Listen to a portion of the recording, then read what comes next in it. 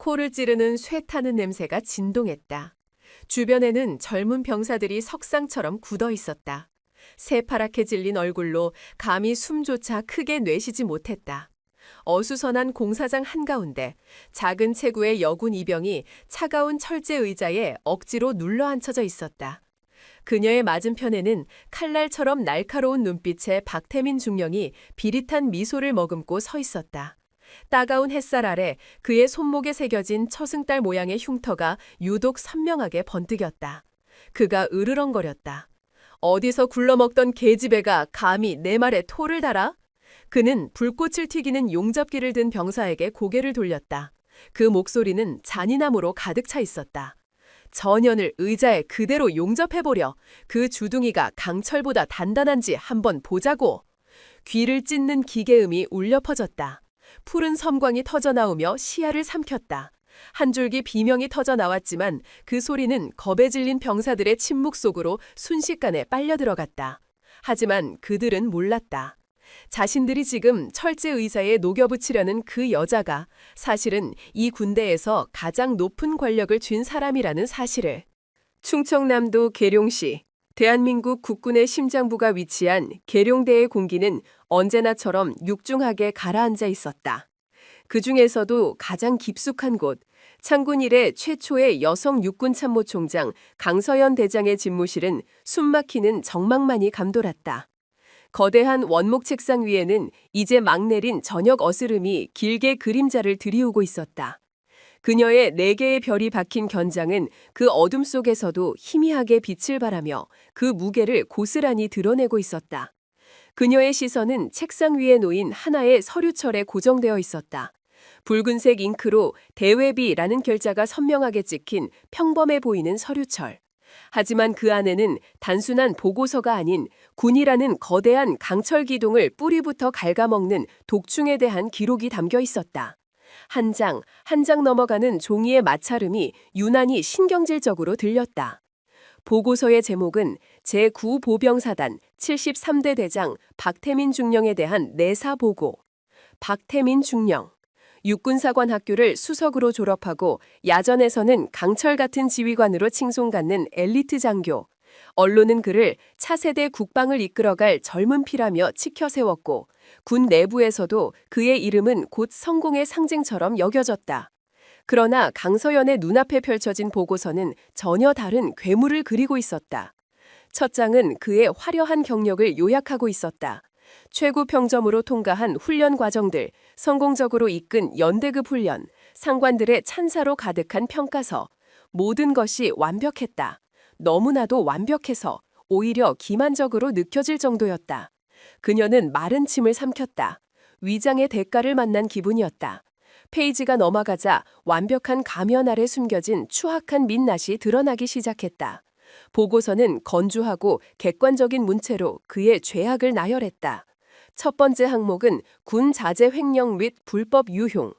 보고서 속에는 흐릿하게 찍힌 야간 사진들이 첨부되어 있었다. 군용 트럭이 어둠을 틈타 부대 후문을 빠져나가는 장면. 그 트럭에 실린 것은 최전방 벙커 건설에 쓰여야 할 고강도 철근과 시멘트였다. 자재들은 인근의 한 민간 건설 현장으로 흘러들어갔고 그 대가로 박태민의 차명 계좌에는 두둑한 현금이 쌓였다. 그의 개인 별장을 짓는 데 동원된 자재 목록과 군 보급장부상에서는 훈련 중 손실로 처리된 내역이 나란히 비교되어 있었다. 숫자는 거짓말을 하지 않았다.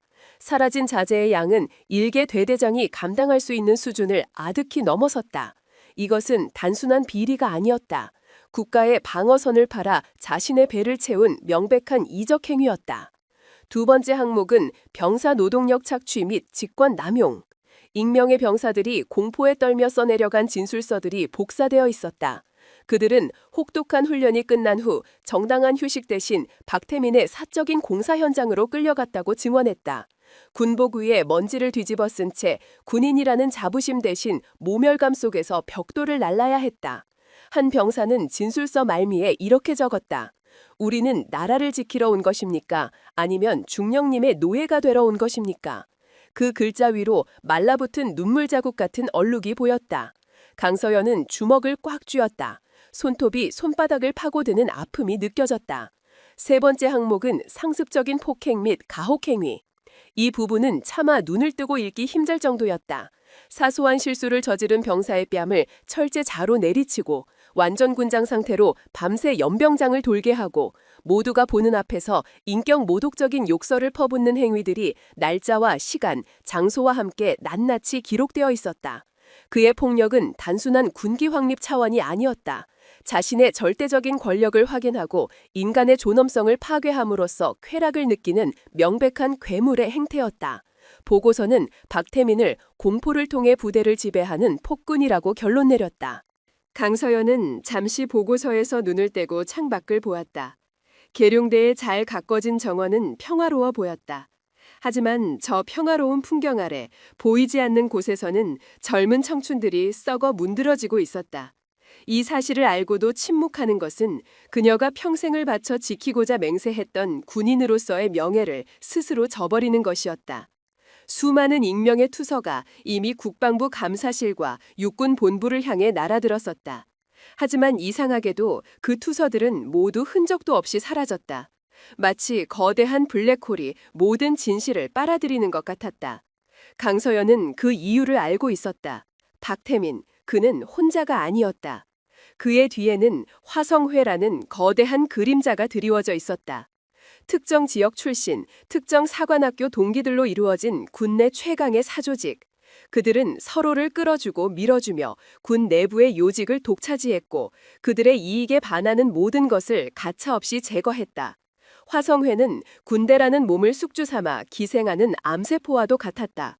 그리고 그 암세포의 정점, 화성회의 수장은 바로 현 합동참모의장 황인철 대장이었다.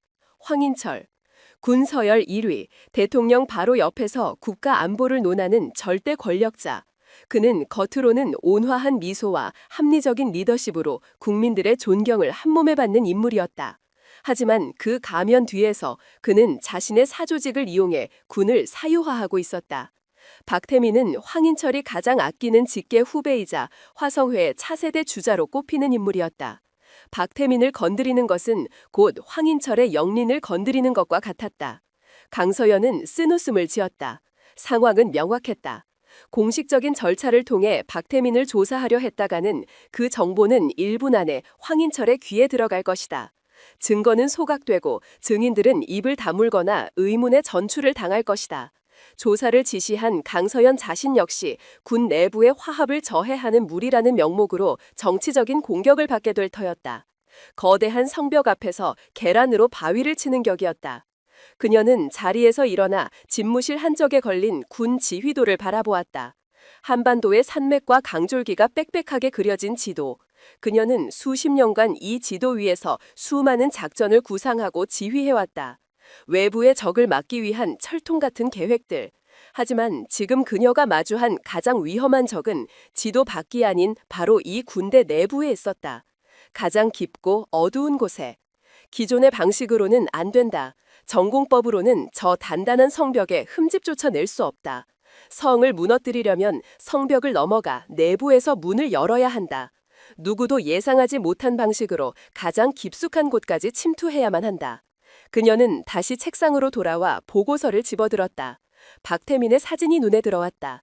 젊고 패기 넘치며 자신감으로 가득한 얼굴. 하지만 강서연의 눈에는 그 얼굴 위로 탐욕과 잔인함으로 가득 찬 악마의 모습이 겹쳐 보였다. 반드시 네 놈의 껍질을 벗겨주마. 그녀의 눈빛이 차갑게 빛났다. 외과 의사가 암세포를 도려내기 전 날카로운 메스를 쥐었을 때와 같은 그런 눈빛이었다. 하지만 그녀가 선택할 메스는 수술실의 밝은 조명 아래에서 빛나는 그런 종류의 것이 아니었다. 그녀는 어둠 속에서 움직이는 보이지 않는 칼날이 되어야만 했다.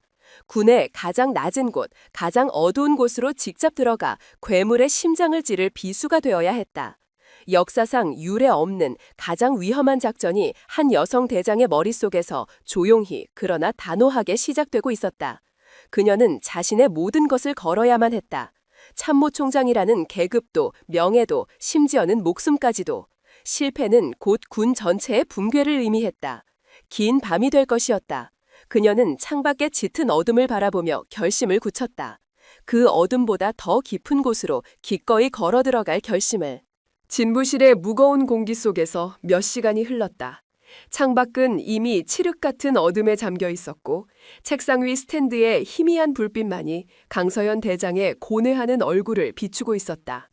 이것은 단순한 결장의 문제가 아니었다. 그녀의 군생활 전체, 아니 대한민국 국군의 명운을 건 거대한 도박이었다. 그녀는 자리에서 일어나 방안을 천천히 맴돌았다. 한 걸음 한 걸음 옮길 때마다 어깨를 짓누르는 네 개의 별, 그 육중한 무게가 느껴지는 듯했다. 그녀의 머릿속에서는 수십, 수백 가지의 시나리오가 쉴 새 없이 충돌하고 있었다. 첫 번째 선택지는 전공법이었다. 합동참모의장에게 보고하고 공식적으로 특별감찰팀을 꾸려 박태민을 조사하는 것. 하지만 이내 고개를 저었다. 황인철 합참의장은 박태민의 가장 든든한 방패막이었다.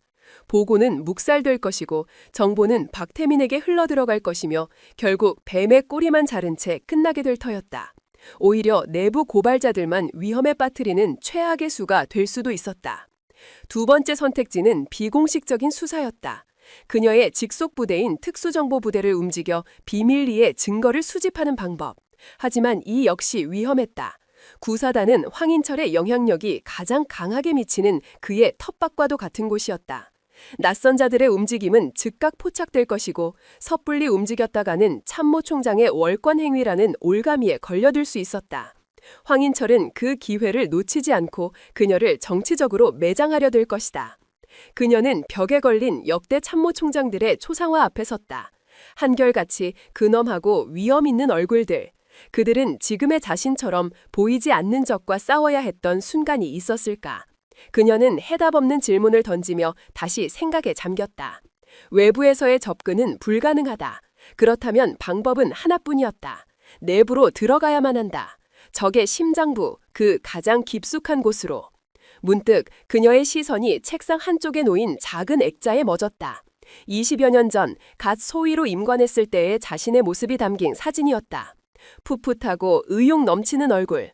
그때는 한 명의 병사, 한 명의 부하가 얼마나 소중한 존재인지 가슴으로 알았다. 지금의 박태민과 같은 괴물은 상상조차 할 수 없었다. 그때의 자신은 거대한 군 조직 안에서 얼마나 미미하고 눈에 띄지 않는 존재였던가. 순간 그녀의 뇌리를 스치는 섬광과 같은 아이디어가 떠올랐다. 가장 완벽한 위장은 가장 완벽하게 눈에 띄지 않는 것이다. 군대라는 거대한 조직에서 가장 눈에 띄지 않는 존재는 무엇인가? 감찰관도 특수부대 요원도 아니다. 바로 가장 낮은 곳에 있는 수많은 톱니바퀴 중 하나에 불과한 존재. 이름조차 제대로 기억되지 않는 수많은 병사들 중 한 명. 그녀는 결심했다. 스스로가 그 톱니바퀴가 되기로. 민간인으로 위장하는 것은 어리석은 짓이다. 철저한 통제구역인 군부대에서 외부인은 독버섯처럼 눈에 띈다. 썩어 문드러진 환부를 가장 가까이서 보고 누구의 의심도 사지 않으면서 증거를 확보할 유일한 방법은 그 썩은 살점의 일부가 되는 것뿐이었다. 그녀는 다시 책상으로 돌아왔다. 더 이상의 망설임은 없었다. 눈빛은 차갑고 단단하게 굳어 있었다. 그녀는 책상 위에 놓인 수많은 전화기 중 붉은색 특수 보안 라인이 연결된 전화기를 집어들었다. 단 한 사람, 그녀가 목숨을 걸고 신뢰할 수 있는 유일한 인물에게 연결되는 선이었다. 그녀는 짧게 숨을 고른 뒤 단 하나의 버튼을 눌렀다. 신호음은 단 2번 울리고 끊겼다. 수화기 너머로 한치의 흐트러짐도 없는 침착한 목소리가 들려왔다. 통신보안 특수정보부장 최민준 소장입니다. 그녀는 나지막하지만 강철 같은 어조로 명령을 내렸다. 최 소장, 지금부터 내 말 잘 듣게. 이것은 명령이자 내 개인적인 부탁이네. 수화기 너머의 최민주는 순간 숨을 멈췄다. 강서연 총장이 부탁이라는 단어를 쓴 것은 처음이었다. 그만큼 비상한 상황이라는 뜻이었다. 그는 한마디 대꾸도 없이 숨소리조차 죽인 채 다음 말을 기다렸다. 강서연의 목소리가 집무실의 정적을 갈랐다. 새로운 신상 파일을 하나 준비하게. 이름 김민지, 나이 22세, 최종 학력은 고졸, 특이사항 없음. 오늘부로 구사단 73대대에 배치된 신병으로. 최민주는 잠시 침묵했다. 그의 머릿속에서 수만 가지 경우의 수가 오갔지만 감히 총장의 의중을 물을 수는 없었다. 그는 단지 기계처럼 대답할 뿐이었다. 알겠습니다. 즉시 처리하겠습니다. 강서연은 말을 이었다. 그 목소리는 더욱 낮고 비밀스러워졌다. 이 파일은 S급 기밀로 분류한다. 자네 외에는 그 누구도, 심지어 대통령께서도 알아선 안 되네. 내 모든 공식 일정은 앞으로 2주간 취소하게. 대외적인 명분은 해외 비밀 군사협력 출장으로 하고. 2주간 말입니까? 최민준이 처음으로 되물었다. 참모총장이 2주간 자리를 비우는 것은 전시 상황에 버금가는 비상사태였다. 그래, 2주. 그 안에 모든 것을 끝내야 하네. 더 이상 질문은 받지 않겠네. 필요한 준비가 끝나면 연락 주게. 그녀는 일방적으로 전화를 끊었다. 또 하는 단절음이 그녀의 결심이 얼마나 확고한지를 대변하는 듯했다. 몇 시간 후 서울 외곽의 한적한 곳에 위치한 안전가옥. 이곳은 특수정보부대가 비밀작전 요원들의 신분을 세탁하거나 중요 증인을 보호할 때 사용하는 장소였다. 창문은 모두 두꺼운 암막 커튼으로 가려져 있었고 방 안에는 최소한의 가구만이 놓여 있었다. 강서연은 거울 앞에 서 있었다. 잠시 후 문이 열리고 최민준 소장이 이발기구와 옷가지가 담긴 가방을 들고 들어왔다. 그는 아무 말 없이 가방을 내려놓고 그녀의 뒤에 섰다. 정말 이렇게까지 하셔야만 합니까? 그의 목소리에는 안타까움과 걱정이 뒤섞여 있었다. 강서연은 거울 속 자신을 바라보며 나지막이 말했다. 썩은 가지를 잘라내지 않으면 나무 전체가 죽게 되네. 지금은 가위가 아닌 도끼를 들어야 할 때야. 그녀는 의자에 앉았다. 최민주는 잠시 망설이다 이발기를 손에 들었다. 윙 하는 날카로운 기계음이 방 안을 채웠다. 수십 년간 정성 들여 관리해온 그녀의 길고 검은 머리카락이 힘없이 바닥으로 떨어져 내리기 시작했다. 서걱, 서걱. 머리카락이 잘려나갈 때마다 강서연 대장이라는 존재의 일부도 함께 잘려나가는 듯했다. 그녀는 눈을 감지 않았다. 거울을 통해 자신의 모든 것이 해체되는 과정을 똑똑히 지켜보았다. 머리는 어느새 규정에 맞는 짧은 스포츠형으로 변해 있었다. 그녀는 자리에서 일어나 최민준이 준비해온 옷으로 갈아입었다. 몸에 꼭 맞게 재단된 대장 군복이 벗겨지고 그 자리에는 헐렁하고 낯선 질감의 신병 전투복이 입혀졌다. 어깨를 짓누르던 4개의 별 대신 아무것도 없는 텅 빈 견장이 그녀를 맞았다. 그녀는 다시 거울 앞에 섰다. 거울 속에는 더 이상 위험 있는 대한민국 최초의 여성 참모총장 강서연 대장은 없었다. 어딘가 불안하고 세상 물정 모르는 듯한 순진한 눈빛을 한 22세의 신병 김민지가 서 있을 뿐이었다. 하지만 그 순진한 눈빛 가장 깊은 곳에는 날카롭게 벼려진 칼날 같은 의지가 숨겨져 있었다. 그때부터 훈련이 시작되었다. 그녀는 지난 수십 년간 몸에 밴 모든 습관을 지워야 했다. 자신감 넘치고 당당한 걸음걸이 대신 주변 눈치를 살피는 듯한 신병의 어색한 걸음걸이를 연습했다. 절도 있고 기품 있는 장군의 경례 대신 잔뜩 긴장해서 각만 잡으려는 신병의 경례를 수십 번, 수백 번 반복했다. 가장 어려운 것은 말투였다. 간결하고 권위 있는 명령조의 말투를 버리고 말끝을 흐리며 상관의 눈치를 살피는 어눌한 말투를 익혀야 했다. 단아까, 그렇습니다. 잘 못 들었습니까?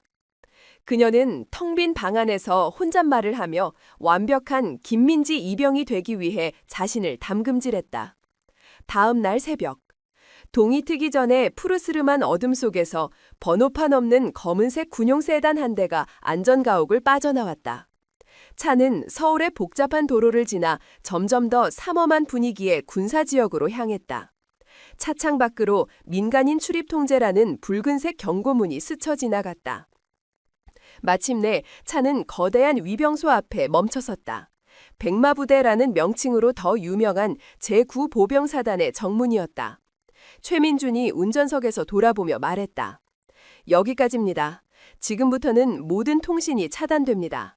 부디 몸 조심하십시오.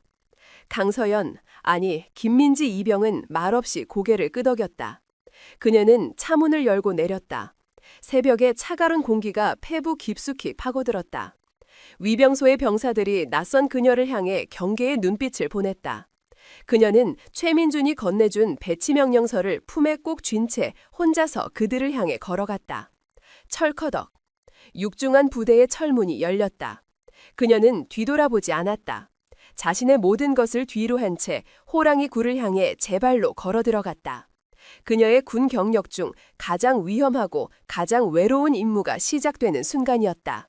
제9사단 73대대에서의 생활은 강서연, 아니 김민지 이병의 지난 수십 년 군 생활과는 완전히 다른 차원의 것이었다. 이것은 질서와 명예가 아닌 원초적인 복종과 은밀한 폭력으로 유지되는 작은 왕국이었다. 그리고 그 왕국의 유일한 군주는 박태민 중령이었다.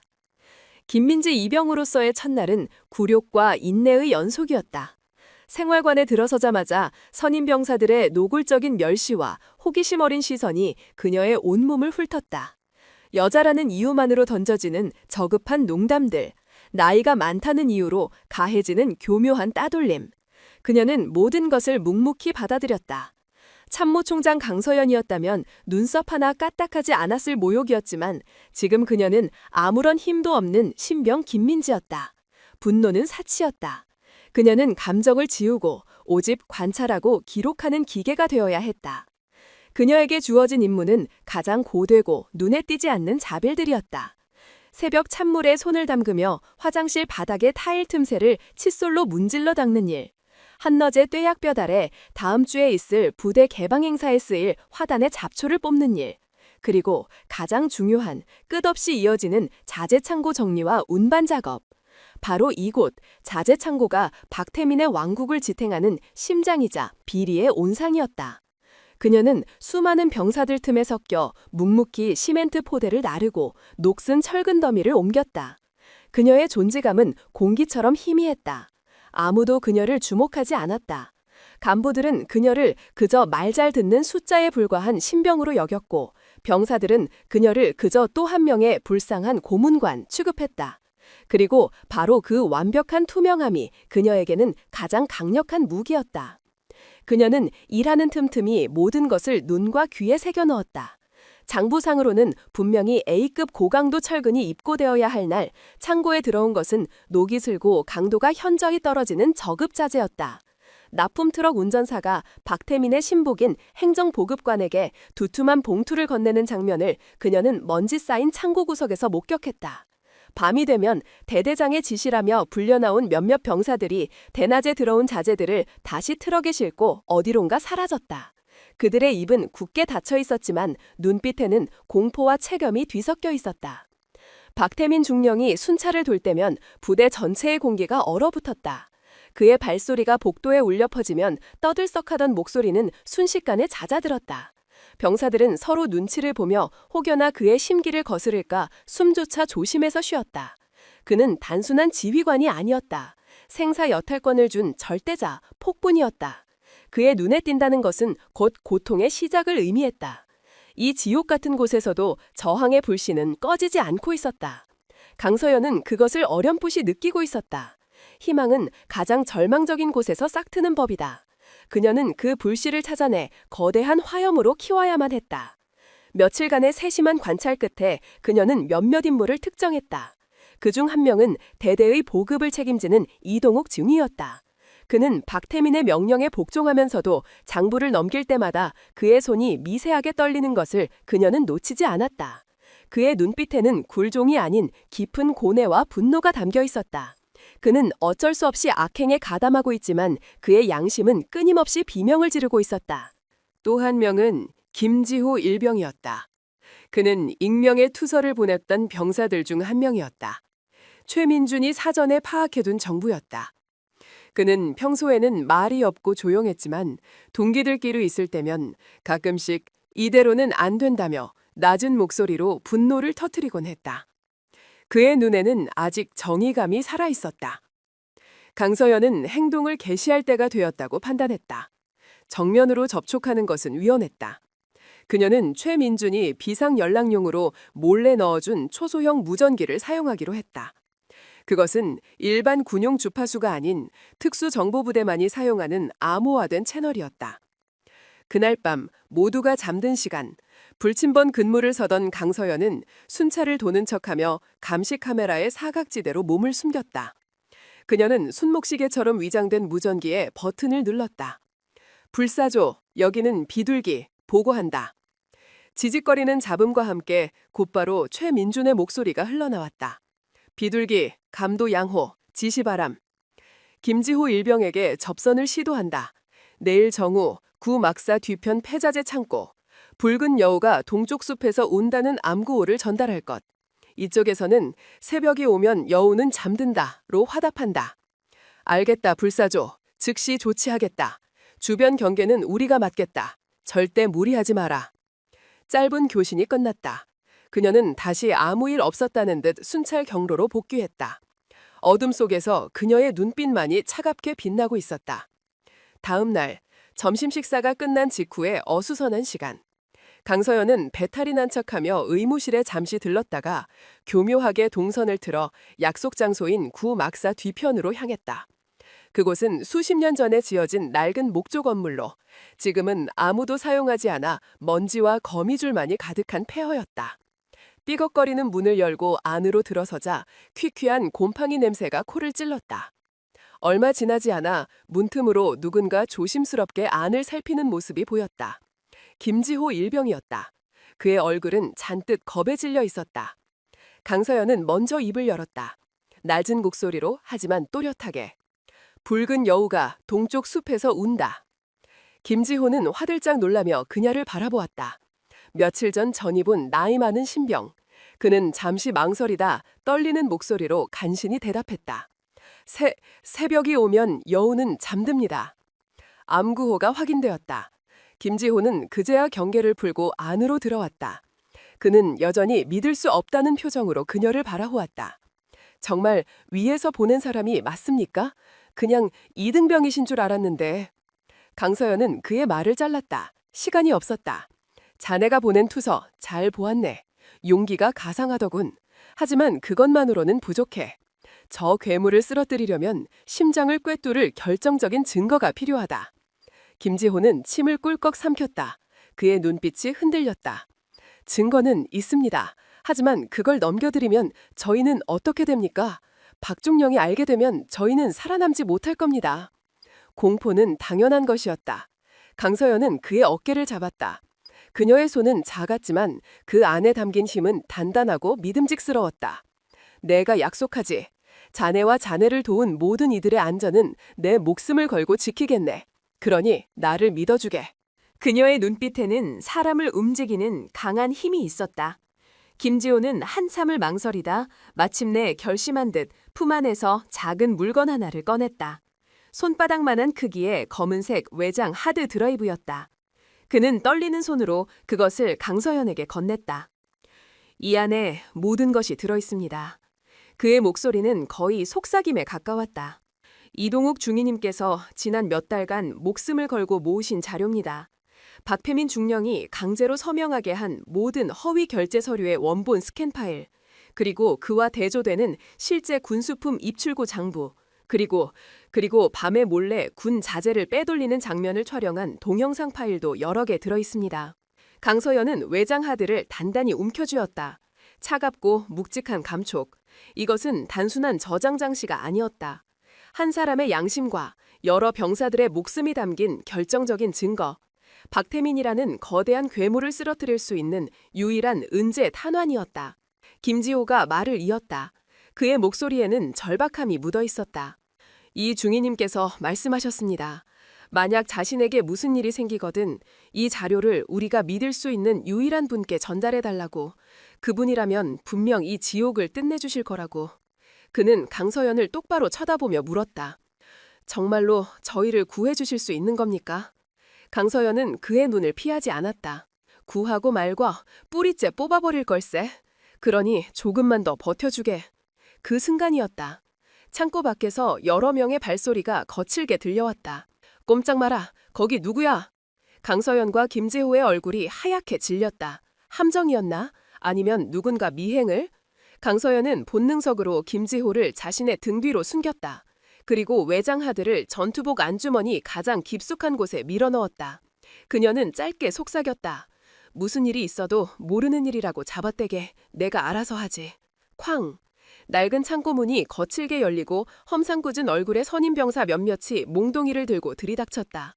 그들 뒤에는 박태민의 신복인 행정보급관이 팔짱을 낀 채 서 있었다. 그의 눈빛은 뱀처럼 차갑고 교활했다. 어이, 신병, 여기서 장 박혀서 농땡이 피우고 있었나? 그리고 넌 뭐야, 김지호 일병, 둘이 여기서 무슨 작당질을 하고 있었어? 행보관의 목소리는 의심으로 가득 차 있었다. 강서연은 최대한 어수룩한 표정을 지으며 대답했다. 아닙니다. 그냥 몸이 좋지 않아서 잠시 쉬고 있었습니다. 김일병은 저를 부축해주러 왔을 뿐입니다. 몸이 안 좋아? 행보관은 비웃으며 그녀에게 다가왔다. 그의 시선이 그녀의 전투복 주머니를 향했다. 주머니에 그 툭 튀어나온 건 뭔데? 어디 한번 보자.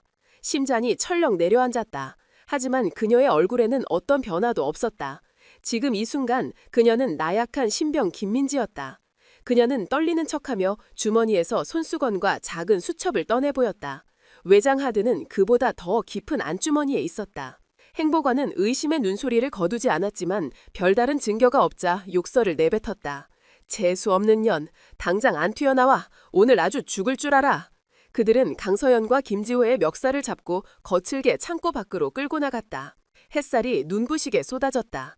강서연은 끌려가면서도 자신의 안주머니에 있는 은재 탄환의 차가운 감촉을 느끼고 있었다. 위기는 넘겼다. 하지만 진짜 싸움은 이제부터 시작이었다. 탄환은 손에 넣었다. 이제 남은 것은 괴물이 스스로 총구 안으로 머리를 들이밀게 만드는 것뿐이었다. 그리고 그 기회는 생각보다 훨씬 더 빨리 찾아오고 있었다. 폐창고에서의 아슬아슬했던 순간이 지나간 후 김민지 이병에 대한 감시와 괴롭힘은 더욱 노골적이고 집요해졌다. 행정보급관은 그녀를 자신의 시야 안에 두고 사사건건 트집을 잡았고 선임 병사들은 기다렸다는 듯이 그녀에게 온갖 꾸짖은 일을 떠넘겼다. 그들은 그녀를 꺾고 싶어 했다. 순응하지 않는 이질적인 존재에 대한 본능적인 적대감이었다. 하지만 그들의 괴롭힘이 심해질수록 강서연의 의지는 역설적으로 더욱 강철처럼 단단해졌다. 그녀는 이것을 자신을 향한 시험이라고 생각했다. 그녀가 지켜야 할 병사들이 매일같이 겪고 있을 고통의 아주 작은 일부라고 여겼다. 그녀의 품속에 있는 외장하드는 뜨거운 불덩이와도 같았다. 이것만 있으면 박태민의 목을 칠 수 있었다. 하지만 섣불리 움직일 수는 없었다. 증거를 외부로 빼내 최민준에게 전달하는 과정에서 발각될 위험이 너무 컸다. 그리고 설령 증거를 전달한다 해도 박태민은 꼬리 자르기를 시도하며 이동욱 중위와 김지호 일병에게 모든 죄를 뒤집어 씌울 것이 뻔했다. 그녀에게 필요한 것은 단순한 증거가 아니었다. 누구도 부정할 수 없는 현장에서의 완벽한 현행범 체포였다. 박태민이 자신의 죄락을 스스로 드러내는 결정적인 순간, 바로 그 순간을 만들어내야만 했다. 기회는 폭염이 기승을 부리던 어느 날 오후에 찾아왔다. 그날 73대대 병력 대부분은 부대 내에 신축 중인 간부 숙소 공사 현장에 투입되었다. 원래대로라면 민간 건설업체가 맡아야 할 일이었지만 박태민은 인건비를 아끼고 공사비를 빼돌리기 위해 병사들을 강제 노역에 동원하고 있었다. 땡볕 아래 흙먼지가 자욱한 공사장은 그야말로 아비규환이었다. 병사들은 땀으로 범벅이 된 채 무거운 철근과 벽돌을 날랐다. 안전장비는 턱없이 부족했고 현장을 감독하는 간부들의 입에서는 욕설과 고함만이 터져나왔다. 바로 그때 현장의 공기가 순간적으로 얼어붙었다. 박태민 중령이 지프차를 타고 나타난 것이다. 그는 최고급 전투화를 신고 차에서 내려 마치 자신의 왕국을 시찰하는 왕처럼 거만한 걸음걸이로 현장을 돌아보았다. 그는 이따금씩 걸음을 멈추고 작업이 마음에 들지 않는다는 듯 병사들을 향해 고함을 질러댔다. 이 새끼들 장난해? 벽돌 하나 옮기는데 하루 종일 걸리겠어. 전쟁 나면 그따위 정신상태로 총이나 제대로 쏠 수 있겠어? 병사들은 그의 호통에 더욱 허리를 숙이며 필사적으로 움직였다. 강서연, 즉 김민지 이병도 다른 병사들과 함께 시멘트 포대를 나르고 있었다. 40kg에 달하는 포대는 그녀의 작은 체구에는 너무나 버거운 무게였다. 하지만 그녀는 묵묵히 어깨에 포대를 짊어지고 비틀거리며 걸었다. 그녀의 시선은 그러나 박태민에게 고정되어 있었다. 그녀는 보았다. 박태민이 한쪽 구석에 산더미처럼 쌓여있는 고품질 철근 더미를 향해 손짓하는 것을. 그 신호를 받은 그의 신복 행정보급관은 고개를 끄덕이며 몇몇 병사들을 시켜 그 철근들을 따로 빼내 트럭에 싣기 시작했다. 그 철근들은 군용 벙커를 지어야 할 특수 자재였지만 오늘 밤 어둠을 틈타 어딘가의 민간 공사장으로 팔려나갈 운명이었다. 바로 저 순간이다. 강서연의 심장이 세차게 뛰기 시작했다. 지금이 아니면 기회는 없다. 그녀는 일부러 박태민이 걸어오는 길목으로 향했다.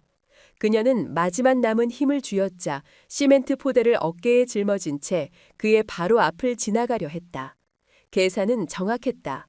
그녀의 발이 우연히 바닥에 널브러진 작은 돌멩이를 밟았다. 아! 그녀는 짧은 비명과 함께 중심을 잃고 휘청거렸다. 어깨에 있던 시멘트 포대가 바닥으로 떨어지며 퍽 하는 둔탁한 소리와 함께 터져버렸다. 회색 시멘트 가루가 사방으로 흩날리며 자욱한 먼지 구름을 만들었다. 그리고 그 먼지 구름의 일부는 박태민이 아침부터 공들여 닦았을 그의 번쩍이는 전투화 위로 고스란히 내려앉았다. 순간 시끄럽던 공사장의 모든 소음이 거짓말처럼 멎었다. 망치질 소리, 기계 소리, 사람들의 고함 소리가 모두 사라졌다. 모든 병사들과 작업인부들이 하던 일을 멈추고 얼어붙은 듯이 그 장면을 지켜보았다. 시간마저 멈춘 듯한 절대적인 정적. 그 정적 속에서 박태민이 천천히 고개를 숙였다. 그의 시선이 시멘트 가루로 뒤덮여 엉망이 된 자신의 전투화에 닿았다. 그리고 다시 천천히, 아주 천천히 고개를 들었다. 그의 얼굴은 분노로 시뻘겋게 달아올라 있었다. 마치 폭발 직전의 화산과도 같았다. 이 개 같은 년이! 그의 입에서 나온 첫 마디는 인간의 언어가 아닌 야수의 포효에 가까웠다. 그는 성큼성큼 강서연에게 다가갔다. 넘어진 채로 흙바닥에 주저앉아 있는 그녀의 머리 위로 그의 거대한 그림자가 드리워졌다. 니년, 눈깔은 장식으로 달고 다니나? 그의 목소리는 분노로 가늘게 떨리고 있었다. 강서연은 일부러 겁에 질린 듯한 표정을 지으며 가냘게 대답했다. 죄송합니다, 중령님. 발을 헛디뎌서. 하지만 그녀의 목소리 톤은 이상했다. 분명히 사과하는 말이었지만 그 안에는 두려움이나 굴복의 기색이 전혀 느껴지지 않았다. 오히려 너무나도 평온하고 침착해서 듣는 사람으로 하여금 기묘한 위화감을 느끼게 했다. 그녀의 그 평온함이 박태민의 분노에 기름을 부었다. 이 하찮은 이등병 계집이 감히 자신을 두려워하지 않는다는 사실이 그의 자존심을 송두째 짓밟는 것 같았다. 발을 헛디뎌? 이등병 나부랭이가 감히 어디서 말대꾸야. 네 년이 지금 누군 줄 알고 그따위 태도를 보여? 그는 허리를 숙여 그녀의 멱살을 거칠게 움켜쥐고 일으켜 세웠다. 그녀의 몸이 종이 인형처럼 힘없이 끌려 올라왔다. 그의 얼굴이 그녀의 코앞까지 다가왔다. 입에서는 역겨운 담배 냄새와 악취가 풍겨왔다. 너 같은 건 이 자리에서 묻어버려도 아무도 찾지 않아. 알아들어? 바로 그 순간이었다. 그가 그녀의 멱살을 잡아채는 과정에서 그의 전투복 소매가 위로 말려 올라갔다. 그리고 그 아래 그의 오른쪽 손목 안쪽에 새겨진 흉터가 드러났다. 그것은 날카로운 무언가에 깊게 베인 듯한 선명한 초승달 모양의 흉터였다. 그 흉터를 본 순간 강서연의 심장이 쿵 하고 바닥으로 떨어지는 듯했다. 머릿속이 새하얗게 변했다. 수십 년간 잊고 있던, 아니 잊으려고 필사적으로 노력했던 기억의 표편이 예고도 없이 그녀의 뇌리를 꿰뚫었다. 아수라장이 된 기차역, 사람들의 비명, 엄마를 부르며 울부짖던 자신의 어린 목소리, 그리고 헤어지기 직전 놓쳐버린 동생의 작고 여린 손, 그 손목에 있던 똑같은 모양의 흉터. 아니야. 아니, 그럴 리가 없어. 그녀는 고개를 세차게 저어 혼란스러운 기억을 떨쳐내려 했다. 지금은 감상에 빠져 있을 때가 아니었다. 그녀는 임무를 완수해야만 했다. 눈앞에 이 남자는 자신의 동생이 아니라 숙청해야 할 적, 괴물일 뿐이다. 그녀는 간신히 감정을 추스르고 박태민의 손을 뿌리쳤다. 그녀의 행동은 너무나도 단호하고 기습적이어서 박태민조차 순간 당황하며 그녀를 놓쳤다. 강서연은 흙먼지를 털고 일어나 그의 눈을 똑바로 쳐다보며 말했다. 그 목소리는 더 이상 나약한 신병 김민지의 것이 아니었다. 차갑고 날카로운 지휘관의 목소리였다. 중령님은 지금 직권을 남용하고 계십니다. 그 한마디는 모든 것의 도화선이 되었다. 직권 남용. 감히 일개 이등병의 입에서 나올 수 없는 단어. 그것은 박태민의 마지막 남은 이성의 끈을 가차없이 끊어버렸다. 그는 미친 사람처럼 두리번거리기 시작했다. 그의 광기 어린 시선이 공사장 한쪽에 놓여있던 낡은 철제 의자와 그 옆에서 푸른 불꽃을 내뿜고 있던 전기 용접기에 꽂혔다. 그의 입가에 잔인하고 뒤틀린 미소가 떠올랐다. 끔찍한 생각이 그의 머릿속을 지배했다. 직권 남용? 그래, 좋다. 내가 오늘 니년에게 진짜 권력이라는 게 뭔지 똑똑히 가르쳐주마. 그는 주변에 얼어붙어 있던 자신의 신복 병사 2명에게 턱지설했다. 뭘 멍청하게 서 있어. 전현을 당장 붙잡아. 병사들이 망설이며 다가와 그의 양팔을 붙들었다. 강서연은 저항하지 않았다. 모든 것이 그녀의 계획대로 흘러가고 있었다. 괴물은 스스로 제 발로 함정 속으로 걸어 들어오고 있었다. 박태민은 용접기를 들고 있던 병사에게 고함쳤다. 저 계집애를 저 의자에 꽁꽁 묶어. 그리고 그대로 용접해버려. 이 대대 전체에 똑똑히 보여줘라. 나 박태민에게 거역하는 것들의 말로가 어떻게 되는지를. 그의 목소리는 광기로 가득 차 공사장 전체에 울려 퍼졌다. 병사들은 겁에 질려 어쩔 줄 몰라 했지만 누구 하나 감히 그의 명령을 거역하지 못했다. 강서연의 몸이 차가운 철제 의자에 거칠게 내동댕이 쳐졌다. 밧줄이 그녀의 몸을 의자에 단단히 올감했다. 그녀의 눈앞으로 용접기를 든 병사가 공포에 질린 얼굴로 다가왔다. 칙! 귀를 찢는 소음과 함께 용접기 끝에서 시야를 멀게 할 만큼 강렬한 푸른 섬광이 터져나왔다. 뜨거운 열기가 그녀의 뺨을 스쳤다. 공사장의 모든 병사들은 숨을 죽인 채 차마 눈앞에서 벌어지는 끔찍한 광경을 바라보지 못하고 고개를 숙였다. 하지만 그 누구도 보지 못했다. 죽음의 위협 앞에서 철제 의자에 묶인 김민지 이병의 입가에 떠오른 희미하고 차가운 미소를. 모든 퍼즐이 맞춰졌다. 이제 심판의 시간만이 남아있었다.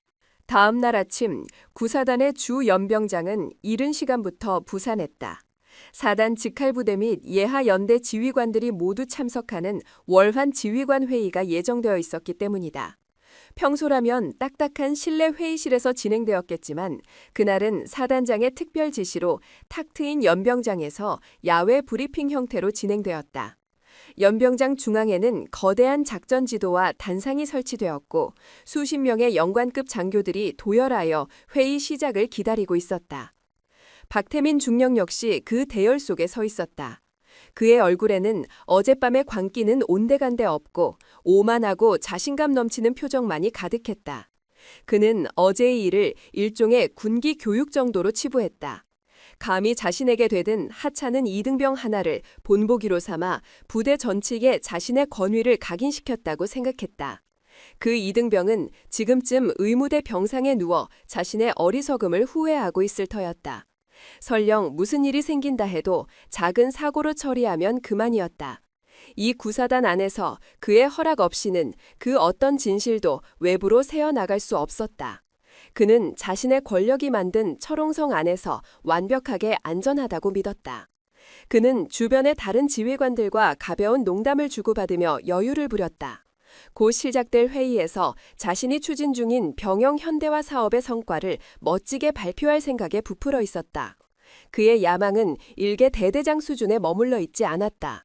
화성회의의 든든한 후원을 등에 업고 그는 머지않아 별을 달고 이 사단의 주인이 될 것이라 확신했다. 바로 그때였다. 어디선가 육중한 굉음이 들려오기 시작했다. 처음에는 대수롭지 않게 생각했다. 인근 비행장에서 훈련하는 헬리콥터 소리이겠거니 했다. 하지만 소리는 점점 더 커지고 가까워졌다. 땅이 미세하게 울리고 연병장 바닥의 흙먼지가 회오리치기 시작했다. 장교들은 웅성거리며 하늘을 올려다보았다. 그들의 시야에 거대한 강철새 한 마리가 나타났다.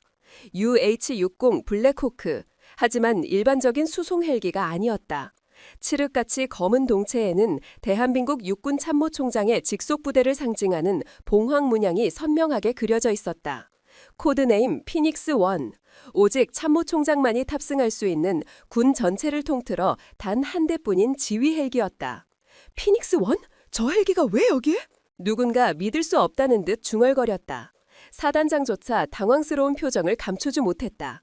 참모총장의 방문은 사전에 그 어떤 통보도 없었던 완벽한 기습이었다. 헬기는 연병장 상공을 한 바퀴 선회하더니 망설임 없이 고도를 낮추기 시작했다. 착륙 목표 지점은 명확했다. 바로 회의가 진행 중이던 연병장 한가운데 도열에 있는 수십 명의 지휘관들 바로 앞이었다. 쿡콱콱쾅.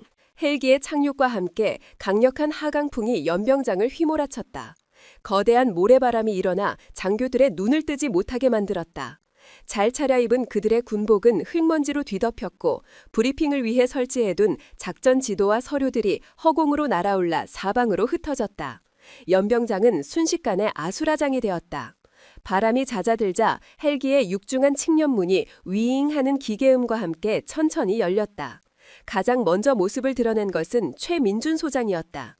그는 평소의 온화한 참모의 모습이 아닌 완전 무장 상태의 전투복 차림이었다. 그의 뒤를 이어 검은색 특수 전투복을 입고 자동소총으로 무장한 헌병 특수 임무대 대원들이 일사불란하게 뛰쳐나와 헬기 주변에 완벽한 경계태세를 갖추었다. 그들의 움직임에는 한치의 망설임도 없었으며 얼굴에는 어떤 감정도 실려 있지 않았다. 마치 인간 병기처럼 보였다. 그리고 마침내 헬기 안쪽의 어둠 속에서 한 사람이 천천히 모습을 드러냈다. 햇살을 등지고 나타난 그 인형은 처음에는 역광 때문에 잘 보이지 않았다. 하지만 한 걸음 한 걸음 연병장을 향해 내디딜수록 그 모습은 점점 더 선명해졌다. 흠잡을 데 없이 완벽하게 다려진 대장 정복. 그 어깨 위에서 아침 햇살을 받아 눈부시게 빛나는 4개의 별. 대한민국 육군참모총장 강서연 대장이었다. 연병장 전체가 얼어붙었다. 수십 명의 장교들은 마치 시간이 멈춘 것처럼 그 자리에 못 박힌 채 숨조차 제대로 쉬지 못했다. 박태민 중령 역시 마찬가지였다. 그는 자신의 눈을 의심했다. 평생 TV 뉴스 화면으로나 보던 구름 위의 존재, 군의 살아있는 전설이 지금 자신의 눈앞에 서 있었다. 그런데 무언가 이상했다. 박태민은 저 얼굴을 어디선가 본 것 같다는 기묘한 데자비를 느꼈다. 어딘가 모르게 낯이 익었다. 그는 기억을 더듬었다. 며칠 전 새로 전입분 나이 많은 이등병. 어제 자신의 발밑에서 시멘트를 뒤집었었던 그 하찮은 계집애. 그래, 그 얼굴과 너무나도 닮아 있었다. 아니야, 말도 안 돼. 내가 헛것을 보는 건가? 그가 혼란에 빠져 있는 사이 강서연 대장은 연병장을 가로질러 똑바로 그를 향해 걸어오고 있었다. 그녀의 군화가 흙바닥을 밟는 소리가 이상할 만큼 연병장 전체에 크게 울려 퍼지는 듯했다. 그녀의 발걸음은 정확히 박태민의 바로 앞에서 멈췄다. 두 사람의 시선이 허공에서 마주쳤다. 강서연의 눈빛은 만년설처럼 차갑고 고요했다. 그 눈빛에는 그 어떤 감정도 담겨있지 않아 오히려 보는 사람의 영혼까지 얼어붙게 만드는 듯한 서늘함이 있었다. 그녀가 입을 열었다.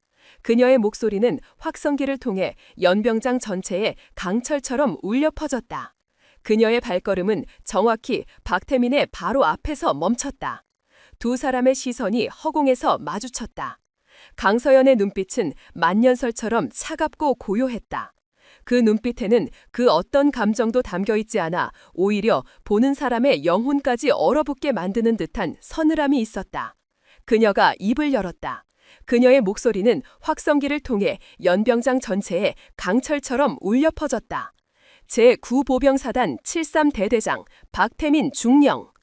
박태민은 자신도 모르게 반사적으로 허리를 펴고 차렷 자세를 취했다.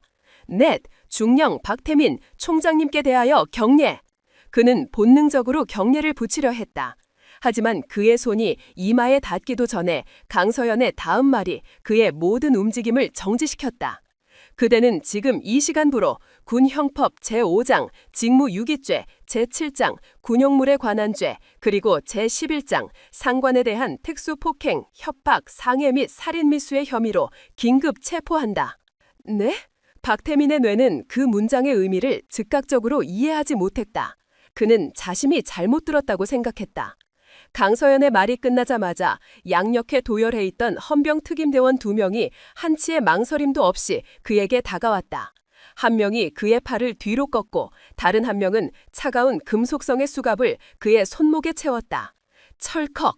수갑이 채워지는 소리가 박태민의 귀에는 천둥소리처럼 크게 들렸다. 그제야 그는 상황을 파악했다. 이것은 농담도 훈련도 아니었다. 현실이었다.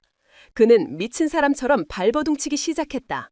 이건 놔, 이건 놓으라고. 지금 이게 무슨 짓이야. 내가 누군 줄 알고 감히. 그의 고함은 처절했지만 특임대원들은 꿈쩍도 하지 않았다. 그들은 강철로 만들어진 기계처럼 더욱 강한 힘으로 그의 몸을 제압할 뿐이었다. 연병장에 모여있던 모든 지휘관들은 충격과 공포 속에서 눈앞에서 벌어지는 초현실적인 광경을 그저 멍하니 바라보고만 있었다. 감히 누구 하나 나서서 제지하거나 무슨 일이냐고 묻지 못했다. 참모총장의 분노 앞에서 그들은 그저 미동도 할 수 없는 석상일 뿐이었다. 강서연은 발버둥치는 박태민을 차갑게 내려다보며 마지막 선고를 내렸다. 그대의 방패가 되어주던 그늘은 이제 사라졌다. 그대가 저지른 모든 죄악은 단 하나도 빠짐없이 백일하에 드러나게 될 것이다. 군복 뒤에 숨어 국가가 부여한 신성한 권력을 사리사욕과 폭력을 위해 사용한 대가를 지금부터 뼈저리게 치르게 해주겠다. 그녀의 목소리는 연병장 전체를 지배했다. 그것은 단순한 체포선언이 아니었다. 썩어 문드러진 군의 환부를 도려내겠다는 군 최고 통수권자의 서슬퍼런 의지의 표명이었다. 박태민은 끌려가면서도 여전히 믿을 수 없다는 듯 강서연을 향해 악을 썼다. 당신 대체 누구야? 김민지, 그래 그 계집애, 당신이 어떻게? 하지만 그의 외침은 헬기의 육중한 소음 속으로 허무하게 흩어졌다. 강서연은 그에게 더 이상 눈길을 주지 않았다. 그녀는 고개를 돌려 충격에 빠진 사단장과 다른 지휘관들을 향해 선언했다. 지금 이 시간부로 구사단 전체에 대한 특별 감찰을 개시한다. 누구도 예외는 없다. 대한민국의 군복을 입을 자격이 없는 자들은 오늘부로 모두 뿌리 뽑힐 것이다. 그녀의 선언과 함께 헬기에서 대기하고 있던 수십 명의 감찰관들이 쏟아져 나왔다. 그들은 흩어진 서류들을 줍는 척하며 현장에 있던 모든 증거들을 수집하기 시작했다. 모든 것은 처음부터 완벽하게 계획된 한편의 거대한 작전이었다. 화려했던 지휘관 회의는 한순간에 서슬퍼런 심판의 장으로 변해 있었다. 그리고 그 중심에 피닉스라는 이름처럼 잿더미 속에서 부활한 강서현 대장이 서 있었다. 그녀는 자신의 모든 것을 걸고 시작한 이 위험한 전쟁에서 마침내 첫 번째 승리를 거머쥔 것이었다. 하지만 그녀는 알지 못했다. 이 승리의 끝에 상상조차 하지 못했던 더 깊은 비극과 거대한 음모가 그녀를 기다리고 있다는 사실을. 박태민은 헌병 특임대원들의 강철 같은 소나귀에 붙들려 헬기를 향해 질질 끌려갔다. 그의 머릿속은 여전히 혼돈 그 자체였다. 며칠 전 자신의 부대에 들어온 어수룩한 이등병 김민지, 그리고 지금 눈앞에서 자신에게 사형 선고를 내리고 있는 4개의 별을 단 참모총장 강서연. 2개의 이미지가 겹쳐지며 그의 이성을 마비시켰다. 그는 현실을 부정하며 미친 사람처럼 발버둥쳤다. 이건 놔! 이건 함정이야. 내가 누군지 알아? 나는 화성회 소송이야. 황인철 합참의장님께서 가만히 계시지 않을 거라고. 그는 최후의 발악처럼 자신의 뒷배를 소리쳤다. 황인철이라는 이름이 나오자 연병장에 있던 장교들 사이에서 미묘한 동요가 일어났다. 하지만 강서연의 얼굴에는 그 어떤 변화도 없었다. 마치 미동도 없는 얼음 호수와 같았다. 박태민은 필사적으로 저항했다. 그가 몸부림치는 과정에서 그를 제압하던 특임대원의 손이 그의 오른쪽 소매를 붙잡아 뒤로 꺾었다. 다시 한번 그의 전투복 소매가 위로 말려 올라가면서 손목 안쪽이 훤히 드러났다. 선명한 초승달 모양의 흉터. 어제 공사장에서 보았던 바로 그 흉터였다. 어제는 찰나의 순간이었고 충격적인 기억의 습격에 이성적으로 판단할 겨를이 없었다. 하지만 지금 멈춰버린 듯한 시간 속에서 강서연의 눈은 그 흉터에 못 박힌 듯 고정되었다. 그녀의 뇌리에 수십 년간 봉인해 두었던 판도라의 상자가 억지로 열렸다. 먼지 자욱한 기차역의 플랫폼. 피난길에 오르려는 사람들로 발 디딜 틈조차 없던 아수라장. 어린 자신의 손을 꼭 잡고 있던 겁에 질린 얼굴의 어린 남동생. 동생의 작은 손목에는 얼마 전 넘어져 다쳤던 상처가 아물며 초승달 모양의 흉터로 남아있었다. 누나, 무서워. 괜찮아, 태민아. 누나가 손 꼭 잡고 있잖아. 절대 놓으면 안 돼. 하지만 밀려드는 인파 속에서 그 작은 손은 야속하게도 그녀의 손을 빠져나가 버렸다. 태민아! 박태민! 그녀는 목이 터져라 동생의 이름을 불렀지만 울음소리와 비명소리에 묻혀버렸다. 그것이 그녀가 기억하는 동생의 마지막 모습이었다. 그 후로 수십 년 그녀는 죄책감 속에서 동생을 찾아 헤맸지만 전쟁의 폐허 속에서 잃어버린 아이를 찾는 것은 불가능에 가까웠다. 그녀는 마음속으로 동생의 장례를 수백 번, 수천 번 치렀다. 그런데 지금 자신이 숙청하기 위해 모든 것을 걸었던 저 괴물의 손목에 동생의 마지막 흔적이 남아있었다. 세상이 무너져 내리는 듯한 충격이 그녀를 덮쳤다. 강서연의 얼음장 같은 표정에 처음으로 균열이 생겼다. 그녀의 눈동자가 걷잡을 수 없이 흔들렸다. 그녀는 자신도 모르게 특임대원들을 향해 손을 들었다. 잠깐. 그녀의 목소리는 미세하게 떨리고 있었다. 그녀는 비틀거리는 걸음으로 박태민에게 다가갔다. 특임대원들은 그의 명령에 따라 제압을 풀지는 않았지만 약간의 공간을 만들어 주었다. 당서연은 허리를 숙여 떨리는 손으로 박태민의 손목을 붙잡았다. 흉터를 어루만지는 그녀의 손길은 참모총장의 권위가 아닌 오랫동안 잃어버린 혈육을 만지는 누나의 것이었다. 이 흉터 어떻게 된 거지? 그녀의 목소리는 거의 속삭임에 가까웠다. 박태민은 영문을 모른 채 자신을 붙잡은 그녀의 손과 얼굴을 번갈아 쳐다보았다. 그는 이 상황이 이해되지 않았다. 이거? 어렸을 때 다친, 근데 당신이 이걸 왜? 강서연의 눈에서 결국 뜨거운 눈물 한 방울이 흘러내렸다. 수십 년간 단 한 번도 남 앞에서 보인 적 없었던 눈물이었다. 태민아, 혹시 박태민 맞니? 그녀의 입에서 나온 이름, 세상에 단 한 사람, 자신의 누나만이 불러주던 그 이름. 박태민의 뇌리에 잊고 있던 기억의 조각들이 번개처럼 스쳐 지나갔다. 기차역, 혼란, 그리고 자신을 부르던 애타는 목소리. 그는 부모를 잃고 고아원에서 지내다 지금의 양부모에게 입양되어 새로운 삶을 살았다. 과거의 기억은 너무나 고통스러워서 스스로 지워버렸다고 생각했다. 그는 멍하니 눈앞의 여자를 바라보았다. 강철의 여인, 모두가 두려워하는 참모총장의 얼굴 위로 흐릿한 기억 속 누나의 얼굴이 겹쳐졌다. 누나? 서연, 누나? 그의 입에서 나온 그 이름은 강서연에게는 사형 선고와도 같았다. 하늘이 무너지고 땅이 꺼지는 기분이었다. 자신이 평생을 찾아 헤맨 단 하나뿐인 혈육, 그 동생이 자신이 단죄해야 할 최악의 괴물이 되어 눈앞에 서 있었다. 이것은 신이 내린 가장 잔인한 형벌이었다. 그녀의 몸이 휘청거렸다. 최민준 소장이 재빨리 다가와 그녀를 부축했다. 총장님, 정신 차리십시오. 바로 그 순간 연병장의 한쪽 끝에서 이 모든 상황을 지켜보고 있던 한 인물이 움직이기 시작했다. 합동참모의장 황인철 대장이었다. 그는 이 기회를 놓칠 리 없었다. 강서연이 개인적인 감정에 휩싸여 흔들리는 지금이야말로 상황을 뒤집을 절호의 기회였다. 그는 박태민을 단순한 후배가 아닌 자신의 더러운 비밀을 너무나 많이 알고 있는 공범자이기에 절대 일어서는 안 되었다. 황인철이 위험 있는 목소리로 입을 열었다. 강 총장, 지금 이게 무슨 무례한 작태인가? 군의 위계 질서를 무너뜨리고 확인되지 않은 혐의로 유능한 지휘관을 공개적으로 모욕하는 저희가 무엇인가? 설령 박중령에게 작은 실수가 있었다 한들 이런 식으로 처리하는 것은 명백한 월권행위야. 그의 목소리에는 군서열 1위의 무게가 실려 있었다. 그의 말이 떨어지자 눈치만 보던 다른 지휘관들 사이에서 웅성거림이 커지기 시작했다. 황인철의 비호를 받는 화성회 라인에 있던 장교들은 슬슬 그에게 동조할 준비를 하고 있었다. 강서연은 가족 문제라는 개인적인 약점이 드러난 채 정치적으로 완전히 고립될 위기에 처했다. 황인철은 승기를 잡았다고 생각하며 강서연을 향해 다가갔다. 당장 이 소란을 멈추고 박중령을 풀어주게. 이번 일은 합참 차원에서 정식으로 조사하여 처리하겠네. 강 총장의 월권 행위에 대해서도 책임을 묻지 않을 수 없겠군. 그의 말은 부드러웠지만 그 안에는 날카로운 협박이 담겨 있었다. 강서연이 충격으로 아무 말도 하지 못하고 있는 절체절명의 순간. 잠시만요, 의장님. 모두의 예상을 깨고 조용하지만 단호한 목소리가 두 사람 사이에 끼어들었다. 목소리의 주인은 육군 참모차장 한지훈 중장이었다. 한지훈 중장, 그는 군내에서 대표적인 온건파이자 합리주의자로 알려진 인물이었다.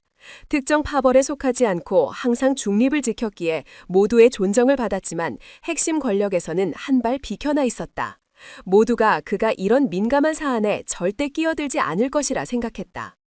황인철이 불쾌한 기색을 감추지 못하고 그를 돌아보았다. 한 장군, 지금 나설 때가 아닌 것 같은데.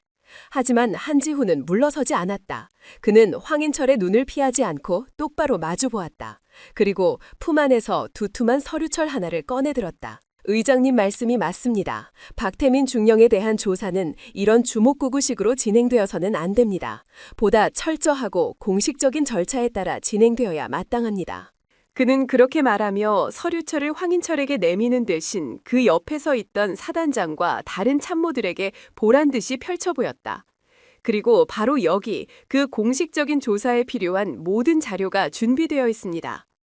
서류철의 첫 장에는 황인철의 자필 서명이 들어간 비밀각서 한 장이 붙어 있었다. 특정 방산업체로부터 거액의 뇌물을 받고 군 장비 납품 계약을 몰아주기로 약속하는 내용이었다. 그 뒤로는 그의 차명 계좌금 흘러들어간 수십억 원의 자금 흐름을 상세히 기록한 금융거래 내역서, 그리고 그와 방산업체 회장과의 은밀한 만남을 담은 사진들이 이어졌다. 그것은 박태민 개인의 비리 차원을 넘어 군의 정점인 황인철이 직접 주도한 거대한 부패 커넥션의 실체를 담은 판도라의 상자였다. 연병장에는 다시 한번 충격적인 정적이 흘렀다. 황인철이 얼굴에서 핏기가 사라지고 사색이 되었다. 그는 당황하여 말을 더듬었다. 이게 다 뭐야? 이건 조작된 거야. 음해야. 한지훈은 차가운 미소를 들으며 말했다. 조작인지 아닌지는 곧 도착할 국방부 특별수사단이 판단해 줄 겁니다. 제가 어젯밤 이 자료의 사본을 모두 그들에게 넘겼거든요. 아마 지금쯤 의장님의 집무실과 자택에 대한 압수수색이 진행 중일 겁니다. 완벽한 역공이었다.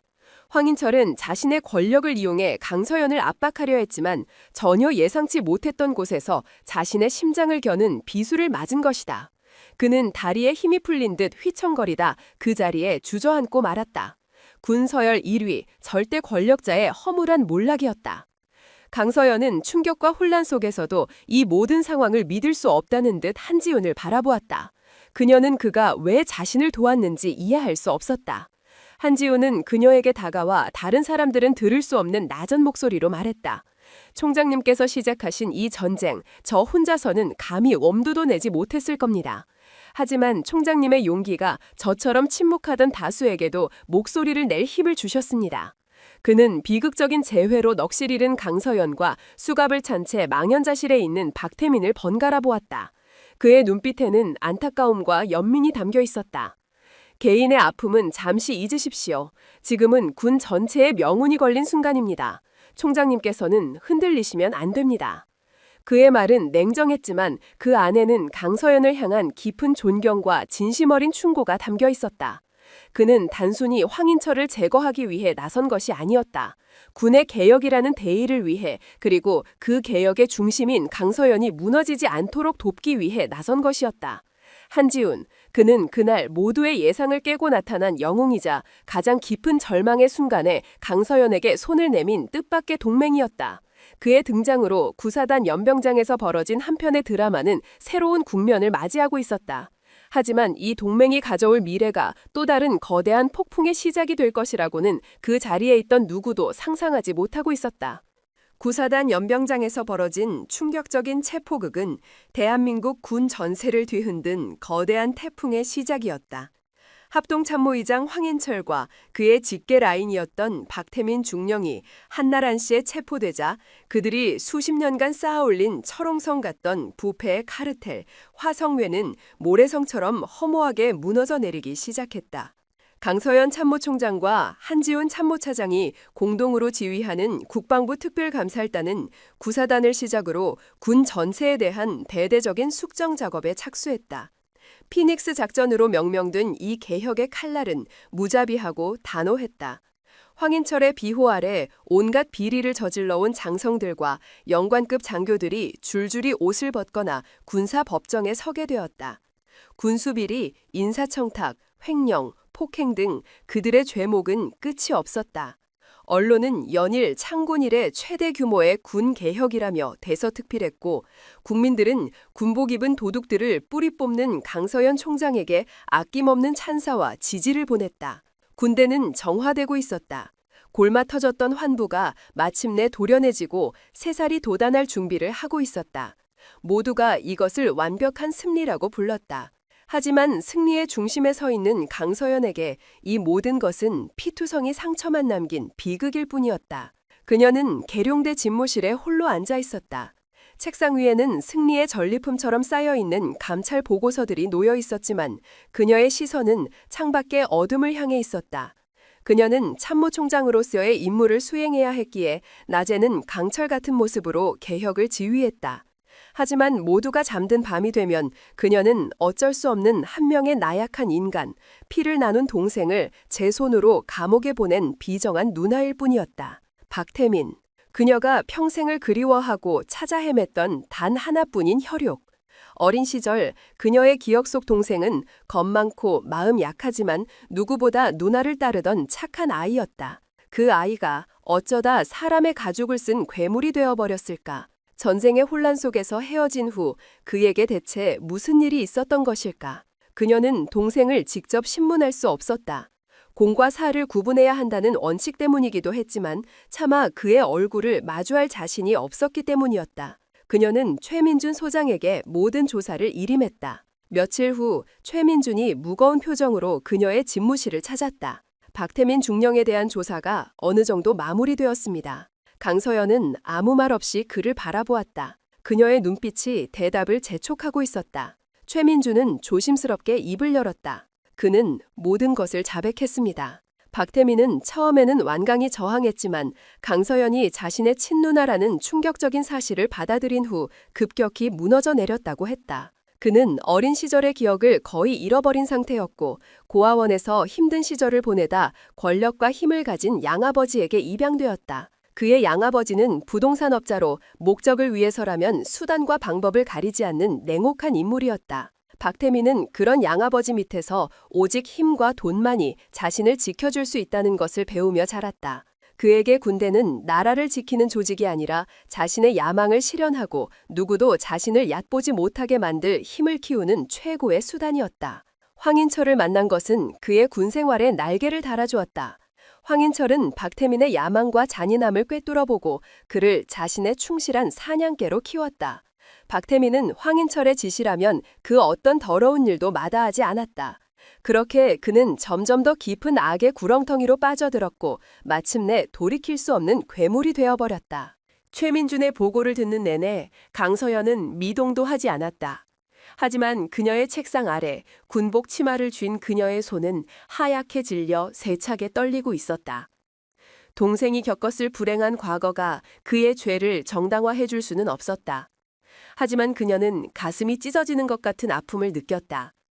만약 그날 기차역에서 자신이 동생의 손을 놓치지 않았더라면, 만약 자신이 동생을 지켜주었더라면 그 아이는 괴물이 되지 않았을지도 모른다.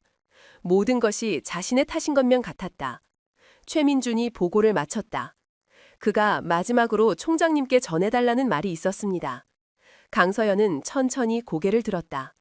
그는 누나, 미안해 라고 딱 한마디만 했습니다.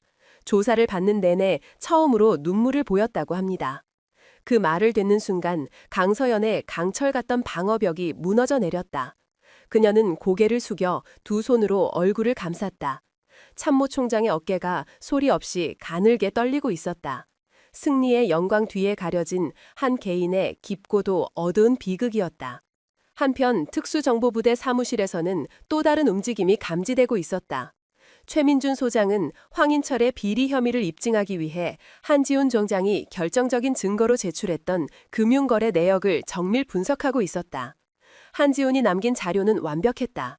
황인철이 수십 개의 차명 계좌를 통해 어떻게 돈 세탁을 했고 그 돈이 어디로 흘러들어갔는지를 명확하게 보여주었다. 하지만 분석을 거듭하던 최민준은 무언가 이상한 점을 발견했다. 황인철이 지난 5년간 각종 비리를 통해 횡령한 금액은 어림잡아 1조 원에 달했다. 그중 상당수는 그의 가족들이나 화성의 멤버들의 계좌 혹은 해외 조세 피난처로 흘러들어간 것이 확인되었다. 그런데 전체 금액 중 절반에 달하는 거액, 무려 5천억 원에 달하는 돈의 흐름이 묘연했다. 그 돈은 황인철이나 그의 측근들과는 전혀 관계가 없는 아주 낯선 곳으로 향하고 있었다. 그곳은 에이픽스 디펜스 시스템즈라는 이름의 중소규모 방산 기술 업체였다. 최민주는 고개를 갸웃거렸다. 에이펙스 디펜스? 들어본 적 없는 이름이었다. 그는 즉시 부하지본하게 해당 기업에 대한 조사를 지시했다. 잠시 후 보고가 올라왔다. 에이펙스 디펜스는 설립된 지 3년밖에 되지 않은 신생 기업이었다. 주로 군용 통신 장비와 관련된 소프트웨어를 개발하는 곳으로 아직까지 이렇다 할 실적이나 명성은 없었다. 재무 상태도 그다지 좋지 않아 최근 몇 년간 계속 적자를 면치 못하고 있었다. 그런데 이런 부실해 보이는 회사에 황인철의 비자금 중 가장 큰 덩어리인 5천억 원이 기술개발 투자라는 명목으로 흘러들어간 것이다. 상식적으로 이해할 수 없는 일이었다. 뭔가 이상하지 않나? 최민준이 부하 분석관에게 물었다. 네, 소장님. 저희도 그 부분이 이상해서 자금 흐름을 역추적해 보았습니다. 돈은 여러 개의 유령 회사를 거쳐 복잡하게 세탁된 후 에이펙스로 흘러들어갔습니다. 명백히 실체를 숨기려는 의도가 보입니다. 하지만 황인철 의장이 왜 이런 이름도 없는 회사에 자신의 목숨과 같은 비자금을 쏟아부었는지 그 동기가 전혀 설명되지 않습니다. 최민준의 미간에 깊은 주름이 잡혔다. 그의 오랜 정보요원으로서의 직감이 강하게 경고 신호를 보내고 있었다. 이것은 단순한 비자금 은닉이 아니다. 그 뒤에는 더 크고 더 위험한 무언가가 숨어 있다. 그는 한지훈 중장이 제출했던 자료 전체를 다시 처음부터 훑어보기 시작했다. 혹시 자신이 놓친 단서가 있을지도 모른다는 생각에서였다. 서류 뭉치를 한 장 한 장 넘기던 그의 손이 어느 한 지점에서 우뚝 멈췄다. 그것은 에이펙스 디펜스의 주주 명부였다. 대부분은 법인이나 기관 투자자들이었지만 개인 주주 명단 가장 끝에 아주 작은 글씨로 적힌 익숙한 이름이 있었다. 한서진. 최민주는 즉시 한서진이라는 인물에 대한 신원 조회를 명령했다. 몇 분 후 모니터에 떠오른 결과는 그의 심장을 차갑게 식게 만들었다. 한서진. 그녀는 한지훈 중장의 아내였다. 순간 최민준의 머릿속에서 모든 퍼즐 조각이 선광처럼 맞춰졌다. 한지훈 중장. 그는 황인철의 비리 자료를 넘기며 군 개혁의 영웅으로 떠올랐다. 모두가 그를 강서연 총장의 가장 든든한 조력자이자 차기 군부를 이끌어갈 깨끗한 지도자라고 생각했다. 강서연 자신도 그를 전적으로 신뢰하고 있었다. 하지만 만약 이 모든 것이 그의 거대한 계획의 일부였다면 황인철의 비자금 5천억 원이 흘러들어간 회사가 사실은 한지훈의 처가와 관련된 곳이라면 그는 단순히 황인철을 제거하기 위해 나선 것이 아니라 황인철의 몰락을 이용해 자신이 그 자리를 차지하고 동시에 무언가 다른 거대한 이익을 챙기려 했던 것이라면 최민주는 등골을 타고 서늘한 식은땀이 흐르는 것을 느꼈다. 이것은 그의 상상을 아득히 뛰어넘는 끔찍한 시나리오였다. 승리의 축배를 들기에는 너무 일렀다. 그들은 어쩌면 더 교활하고 더 위험한 적을 바로 곁에 두고 있는지도 몰랐다. 썩은 뿌리 하나를 겨우 뽑아냈다고 생각했지만 그 땅 밑에는 훨씬 더 거대하고 지독한 독버섯이 자라고 있었을지도 모른다. 최민주는 조용히 수화기를 들었다. 이 사실을 지금 당장 당서연 총장에게 알려야만 했다. 하지만 개인적인 비극으로 고통받고 있는 그녀에게 믿었던 동맹의 배신이라는 또 다른 충격을 안겨주는 것이 과연 옳은 일인지 망설여졌다. 그럼에도 불구하고 그는 결심을 굳혔다. 개인의 감정보다 국가의 안위가 우선이었다. 그는 조용히 그러나 단호하게 말했다. 총장님께 직통 연결하게. 지금 당장. 최민준의 긴급보고 요청에 강서연은 억지로 개인적인 슬픔을 억누르고 그를 맞았다. 그녀는 최민준의 굳은 표정을 보고 무언가 심상치 않은 일이 터졌음을 직감했다. 그녀의 집무실에 들어선 최민준은 그 어떤 서론도 없이 곧바로 본론으로 들어갔다. 총장님, 한지훈 중장을 더 이상 신뢰해서는 안 될 것 같습니다. 그의 첫마디는 폭탄과도 같았다. 강서연의 미간이 순간 좁혀졌다. 그게 무슨 소린가, 최 소장. 한 장군은 이번 군 개혁의 1등 공신이야. 그가 아니었다면 황인철을 그렇게 쉽게 무너뜨리지 못했을 걸세. 그녀의 목소리에는 최민준의 섣부른 판단을 경계하는 기색이 역력했다. 한지우는 그녀가 가장 깊은 절망에 빠져 있을 때 손을 내밀어준 유일한 동맹이었다. 그를 의심하는 것은 자신을 도운 은인에 대한 배신 행위처럼 느껴졌다. 하지만 최민준은 물러서지 않았다. 그는 자신이 조사한 자료들을 강서연의 책상 위에 펼쳐놓았다. 황인철의 비자금 5천억 원이 흘러들어간 에이펙스 디펜스 시스템즈라는 의문의 회사. 그리고 그 회사의 주주 명부에 있는 한지훈 중장의 아내 한서진의 이름. 정황만으로는 부족하네. 단순한 투자일 수도 있지 않은가. 한 장군이 아내의 투자처까지 모두 알고 있으란 법은 없지. 강서연은 애써 이성적으로 반박하려 했다. 하지만 그녀의 심장 한구석에서도 불안의 싹이 트기 시작했다. 최민주는 다음 자료를 내밀었다. 그래서 더 깊이 파고들어 보았습니다. 그리고 훨씬 더 위험한 사실을 발견했습니다. 그의 손끝이 가리킨 곳은 몇 년 전 국방부에서 극비리에 추진되다 갑자기 중단된 프로젝트에 관한 보고서였다. 프로젝트명 이지스. 그것은 인공지능 기반의 차세대 통합 지휘 통제 시스템 개발 프로젝트였다. 성공적으로 개발되기만 한다면 전장의 모든 상황을 실시간으로 분석하여 지휘관에게 최적의 결정을 제안해주는 그야말로 미래전의 게임 체인저가 될 수 있는 핵심 기술이었다. 그리고 공교롭게도 이 거대한 프로젝트의 총책임자가 당시 정보작전 참모부장이었던 한지훈 중장이었다. 프로젝트는 수천억 원의 예산을 투입하며 순조롭게 진행되는 듯 보였다. 하지만 최종 테스트를 앞두고 갑자기 치명적인 기술적 결함 발견이라는 이유로 프로젝트가 전면 백지화되었다. 당시 군 내부에서는 유능한 지휘관이었던 한지훈이 이례적으로 실패한 프로젝트라며 아쉬워하는 목소리가 많았다. 그런데 이상한 점이 있습니다. 최민준의 목소리가 낮게 가라앉았다. 이지스 프로젝트가 공식적으로 폐기된 지 불과 6개월 후 이제 막 설립된 신생 벤처기업인 에이펙스 디펜스에서 놀라울 정도로 유사한 기능을 가진 지휘 통제 소프트웨어를 시제품으로 선보였습니다. 당시에는 아무도 주목하지 않았지만 저희가 두 시스템의 소스 코드를 비교 분석한 결과 핵심 알고리즘이 90% 이상 일치한다는 것을 확인했습니다. 강서연의 숨이 먹는 듯했다. 그렇다면 한 장군이... 그렇습니다. 최민준이 말을 이었다. 그의 눈빛은 분노로 불타고 있었다. 한지훈은 처음부터 이지스 프로젝트를 성공시킬 생각이 없었던 겁니다. 그는 국가의 예산을 이용해 기술 개발을 완료한 뒤 의도적으로 프로젝트를 실패 처리했습니다. 그리고 그 핵심 기술을 통째로 빼돌려 자신의 아내와 처가가 소유한 위장회사인 에이펙스 디펜스로 넘긴 것입니다. 이것은 단순한 횡령이나 기술 유출이 아닙니다. 국가의 국방기술을 통째로 훔친 명백한 반역 행위입니다. 강서연은 의자에 깊숙이 몸을 기댔다. 머리를 둔기로 맞은 듯한 충격이었다. 한지훈의 온화하고 합리적인 미소, 군의 미래를 걱정하던 그의 진심 어린 눈빛이 떠올랐다. 그 모든 것이 이 끔찍한 진실을 숨기기 위한 가면이었다는 말인가. 그녀는 떨리는 목소리로 물었다. 그의 목적이 대체 무엇이었을까?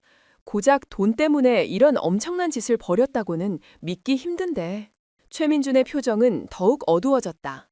저 역시 그곳이 의문이었습니다. 그래서 에이펙스 디펜스의 자금 출처를 더 깊이 추적해 보았습니다. 황인철의 5천억 원 외에 또 다른 거대한 자금줄이 있었습니다. 그는 마지막 보고서를 그녀의 눈앞에 놓았다. 그것은 해외의 한 투자 펀드에 관한 자료였다. 그리고 그 펀드의 배후에는 대한민국과는 군사적으로 매우 민감한 관계에 있는 사실상의 적성 국가 정보기관의 그림자가 어른거리고 있었다. 최후의 그리고 가장 끔찍한 퍼즐 조각이 맞춰지는 순간이었다. 세상에, 강서연은 자신도 모르게 탄식을 내뱉었다. 한지훈의 계획은 그녀의 상상을 아득히 뛰어넘는 것이었다. 그는 단순히 돈이나 권력을 노린 것이 아니었다. 그의 목표는 대한민국 국군 그 자체였다. 그는 자신이 훔친 이지스 기술로 만든 통제 시스템을 이번 군 개혁을 통해 영웅으로 떠오른 자신의 영향력을 이용해 군 전체의 표준 시스템으로 납품하려 했던 것이다. 그리고 그 시스템 안에는 적성 국가가 언제든지 마음대로 들여다보고 조종할 수 있는 치명적인 백도어가 심어져 있을 터였다. 만약 그의 계획이 성공했다면 대한민국 국군의 모든 지휘 통제 시스템은 적의 손아귀에 들어가게 된다.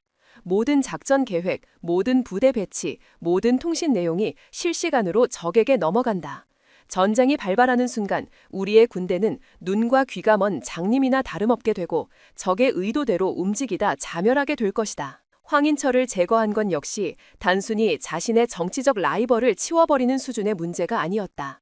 군 내에 거대한 부패 세력을 일소함으로써 군 개혁의 아이콘으로 떠오른 자신에 대한 군 전체의 신뢰를 확보하고 자신의 트로이 목마를 아무런 의심 없이 군 심장부에 심기 위한 거대한 밑그림의 일부였던 것이다.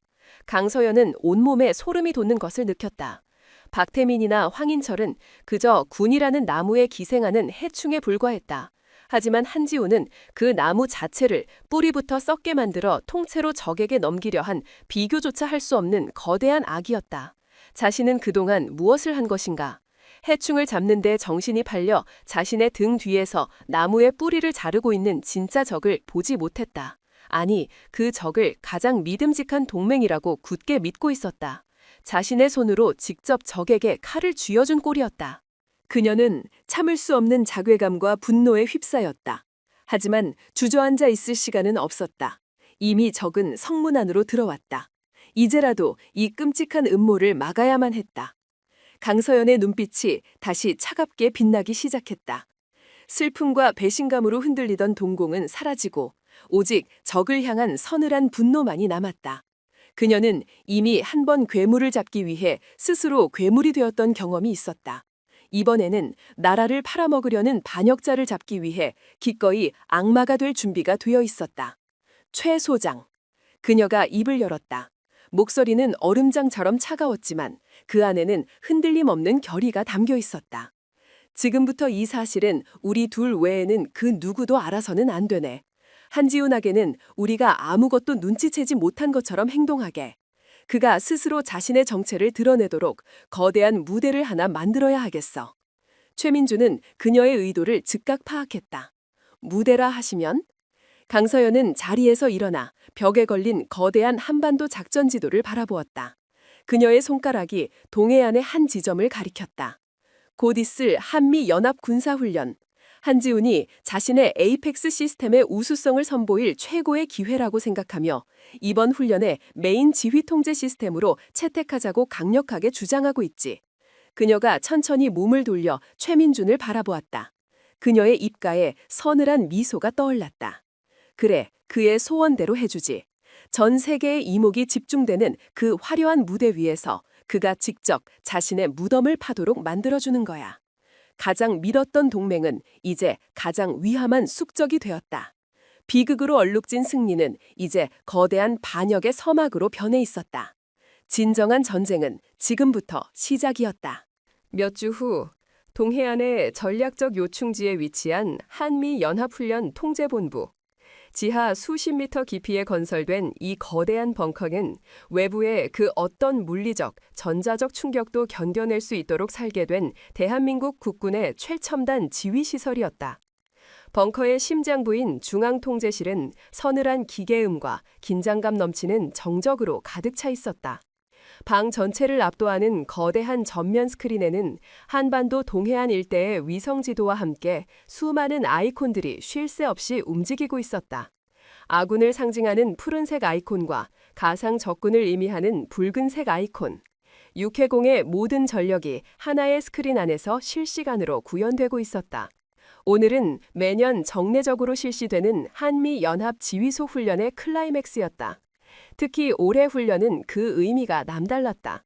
군 개혁의 영웅으로 떠오른 한지훈 중장이 강력하게 추천한 차세대 지휘 통제 시스템 에이펙스가 처음으로 실전 운용에 투입되는 날이었기 때문이다.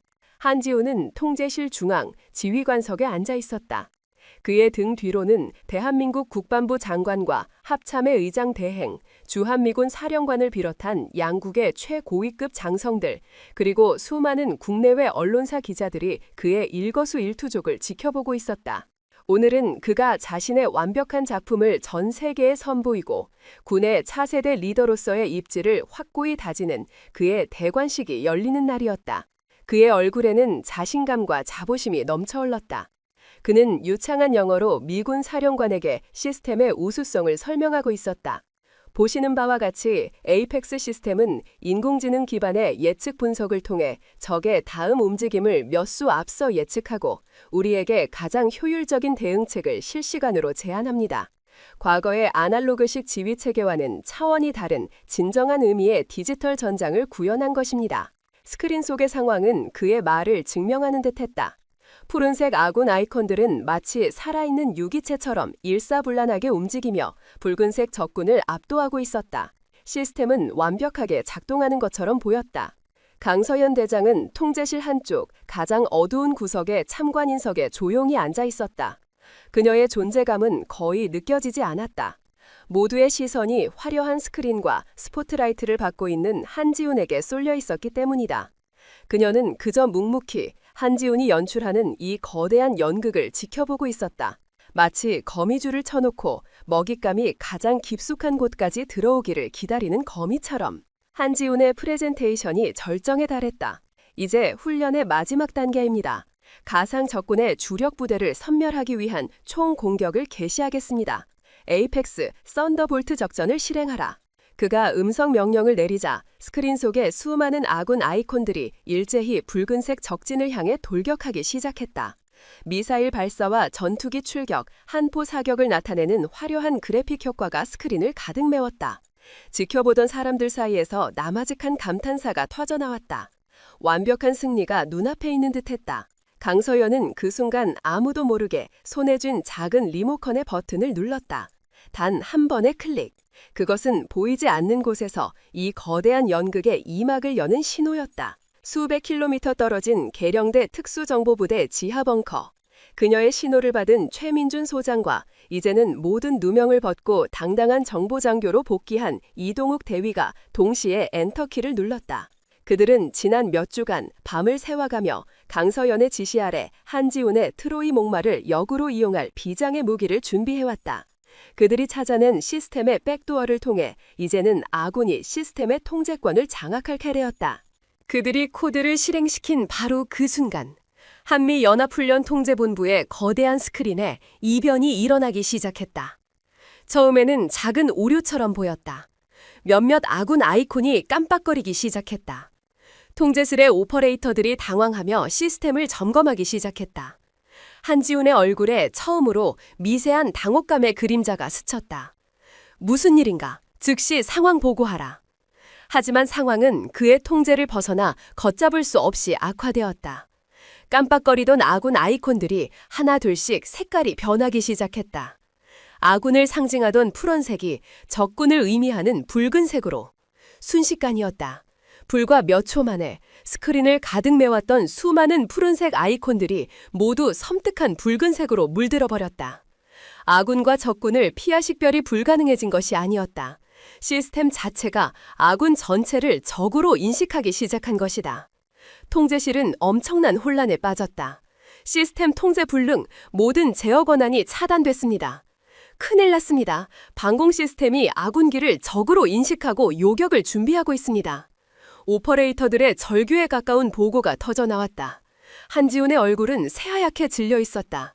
그는 미친 듯이 키보드를 두드리며 시스템을 복구하려 했지만 시스템은 그의 그 어떤 명령도 받아들이지 않았다. 자신이 만든 완벽한 시스템에게 완벽하게 배신당한 것이다.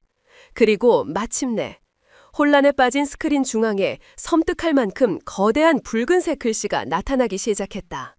시스템 compromised, external control active.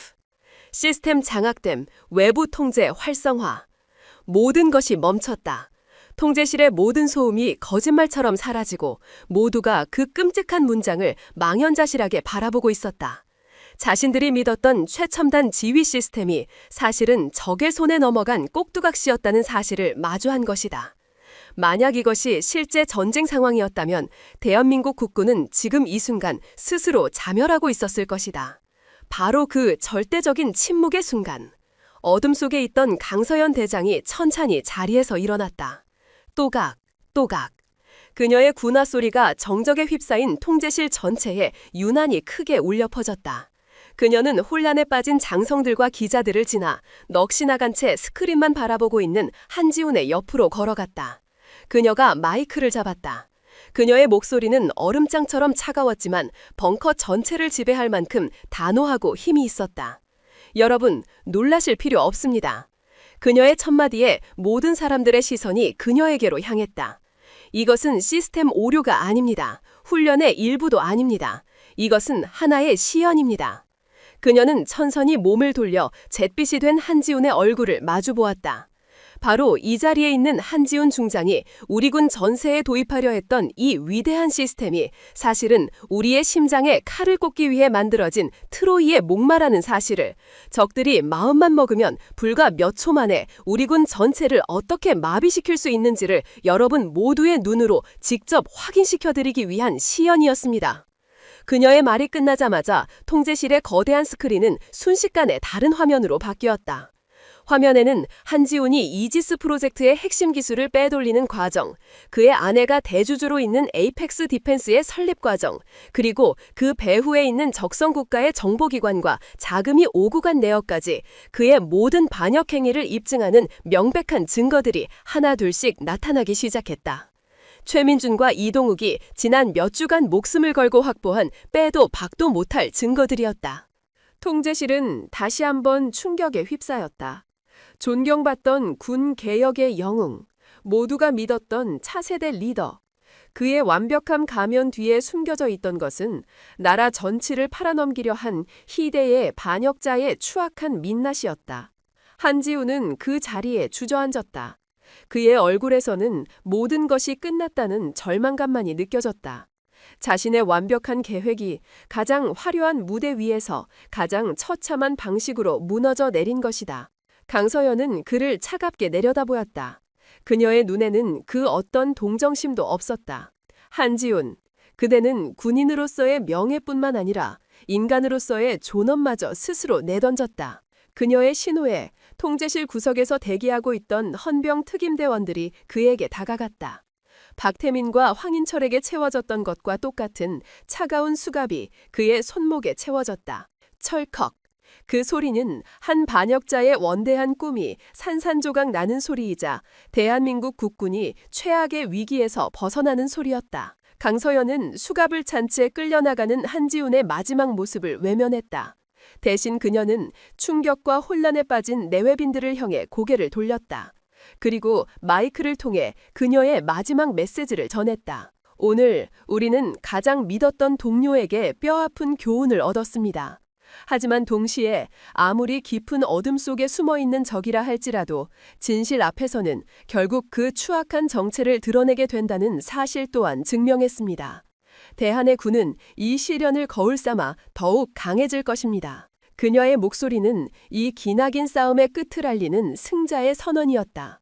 화려한 무대 위에서 펼쳐진 마지막 연극은 반역자의 완벽한 몰락으로 막을 내리고 있었다.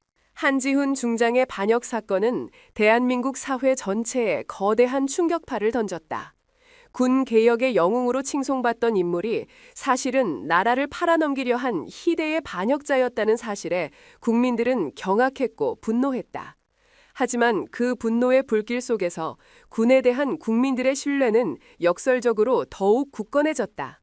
군이 외부의 힘이 아닌 스스로의 자정 능력으로 가장 깊은 곳의 암세포를 도려냈다는 사실을 모두가 목격했기 때문이었다. 사건의 중심에는 언제나 강서연 대장이 있었다.